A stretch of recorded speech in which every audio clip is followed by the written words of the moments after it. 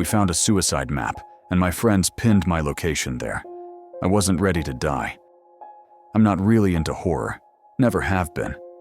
But to make friends, you have to blend in first. You laugh at the jokes, play their games, ignore the red flags until you know which ones are real. Looking back, I didn't make the best decision. You might hate me for it. But I did what I could. It started when my friends forced me to play a game. I had a suspicion they only wanted me there because they liked laughing at how I cried during horror games. But I let it slide. We were in my apartment one weekend. I was supposed to be home alone. They were trying to download a horror game for free, but the link redirected us to another site. It looked like a map, with hundreds of scattered pins. Each one marked a real suicide location. Click on a pin, and it showed the photo. The victim's lifeless body on the scene. Was that even legal? My friends looked fascinated. I thought it was disturbing, but I kept quiet. Didn't want to be the buzzkill, not in high school. That's basically social suicide. At the top of the site, in small gray text, it read, "Please read the rules before usage." But nobody seemed to care. Apparently, you could add your own pins. They started marking random addresses with yellow pins, 5 or 6 addresses, just for curiosity. The ones already there were red. I didn't like it. The red ones felt wrong. Then one of the 4 friends grinned. "Hey Alex, look!" He zoomed in on my street, my building, and pinned my apartment. I laughed along, even though my stomach twisted. At the end, they left. Left me alone, with that game still open in my browser. That night, I went back to the site. I wanted to delete the pins, especially mine. But I couldn't. That's when I checked the rules.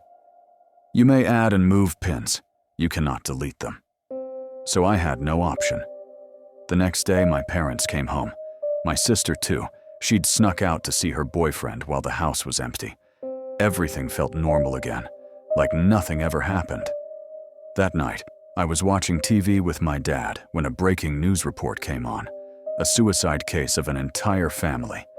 The house on the screen looked familiar. Then the address appeared. I remembered where I saw it. I stood up quietly. Without making a commotion, I walked to my room, opened the site. Only a few yellow pins were left, and I found what I was looking for. My hands shook as I clicked. It was the same address, the same house, and the photos. I checked the other pins that had turned red. More suicide photos. Then, right in front of me, another yellow pin turned red. Only one yellow pin remained. Mine. I froze, then clicked it. The image loaded slowly. It was me. Sitting at my desk, I turned to the window. The curtain moved. A soft shift, like breath. My chest clenched. I rose, step by step, as if something unseen was dragging the air behind me. I pulled the curtain open. And there she was, standing just outside the glass, 14 floors up. She smiled softly. I'm sorry for peeking, but can you help me? Please, let me in. I stared at her. How did you climb to the 14th floor? Her face twitched. She lunged at the window. I slammed it shut and locked it. Her smile twisted, stretched unnaturally wide. She began pounding on the glass, screaming. I backed away. Then I remembered. You can't delete the pins, but you can move them. I scrambled to the computer, clicked on the yellow pin over my apartment, and dragged it. Anywhere, just somewhere else. The banging stopped. I turned around. She was smiling. Then, she crawled down the building, disappearing. I sat there, breathing hard, shaking, as my heart pounded and I almost teared up. I looked back at the monitor to see where I pinned it, and it hovered over an address I didn't recognize, an orphanage. I stared at it. Then I moved it to the house of the friend who pinned me. The news showed another case a few days later, another suicide, another whole family. I didn't want this to happen to anyone.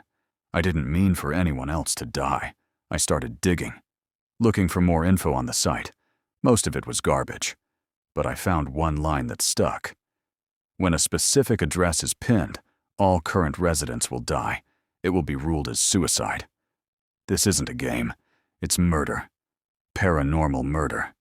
I can't forgive myself, even if I did it to live, to save my family, and I still go back to the site, just to make sure no one ever moves a pin back to me.